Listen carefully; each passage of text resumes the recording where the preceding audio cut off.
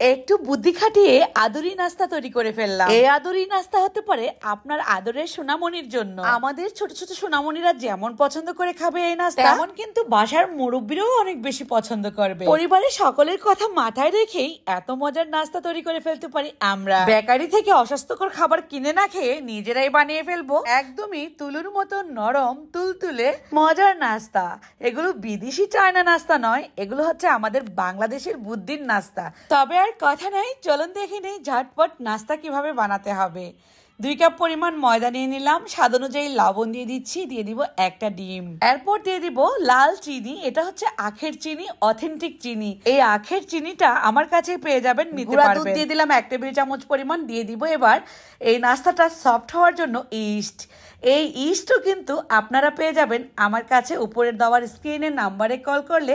আমাদের বিভিন্ন রকম প্রোডাক্টগুলা আপনারা জেনে শুনে বুঝে কথা বলে নিতে পারবেন। ইস্ট ব্যবহার করলাম 1.5 চা চামচের মতো। 2 কাপ ময়দার জন্য চায়ের চামচ দিয়ে মেপে 1.5 চা চামচ পরিমাণ দিলেই হবে। তারপর কুসুম গরম পানি দিয়ে আঠালো একটা ডো তৈরি হয়েছে কিন্তু। এরপর দিয়ে দিচ্ছি 1 থেকে 1.5 চা চামচ পরিমাণ রান্নার তেল, দিয়ে খুব ভালোভাবে মথে এটাকে একটা গোল বলের মতো করে 5 মিনিটের জন্য রেস্টে রেখে দিব। তারপর দেখবেন ফুলে ফেপে ডাবল হয়ে গিয়েছে। আমাদের ইস্টটা ইনস্ট্যান্ট ইস্ট, এই জন্য কিন্তু খুব দ্রুত এটা ফুলে ওঠে। দেখলেন তো কতটা ফুলে উঠেছে। তারপর আমি একটু রুটির মতো হাত দিয়েই চ্যাপটা করে নিয়ে একটা বয়ম দিয়ে লেচিগুলোকে বের করে নিলাম। এই লেচি থেকে এভাবে করে একটা বড় দড়ির মতো রশি পাকিয়ে নিব। এই রশি দিয়ে তৈরি হয়ে যাবে আদুরি বাটার বন। এই বাটার বন অনেক আদর যত্ন করে বানাতে হয় না, তারপরেও আমি এর নাম দিয়েছি আদুরি বাটার বন। কিভাবে আমি পেস্টটা দিয়েছি আর কিভাবে ইজিলি বানিয়ে ফেলেছি আপনারা কিন্তু আমার থেকে আরও ভালো পারবেন।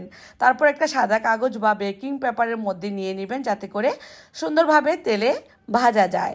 সবগুলো একইভাবে আমি বানিয়ে একটা ডিমের কুসুম এভাবে করে ফেটিয়ে তারপর ব্রাশ করে দিয়ে দিচ্ছি। এর মধ্যে দিয়ে দিচ্ছি সাদা তিল। এই সাদা তিলও কিন্তু বাছাইকৃত সাদা তিল পেয়ে যাবেন আমার কাছেই। শুধুমাত্র কল করে ফেলবেন উপরে দেওয়া নাম্বারে বা ইনবক্সে মেসেজ করবেন বিভিন্ন রকম প্রোডাক্টগুলো পাওয়ার জন্য। সবগুলো বানানো হয়ে গেলে এবার আমি তেলে ভেজে নিব। তেলটাকে মিডিয়াম টু লো ফ্লেমে গরম করে নিয়েছি। এই বেকিং পেপারটা সহ করে আমি দিয়ে দিলাম, তারপর উঠিয়ে নিচ্ছি সঙ্গে সঙ্গেই। চাইলে কিন্তু আপনাদের কাছে বেকিং পেপার না থাকলে সাদা কাগজের মধ্যেও এটা বানিয়ে রাখতে পারেন। উল্টিয়ে পাল্টিয়ে 3-4 মিনিটের মধ্যে সোনালি বর্ণের হলেই নামিয়ে নিচ্ছি।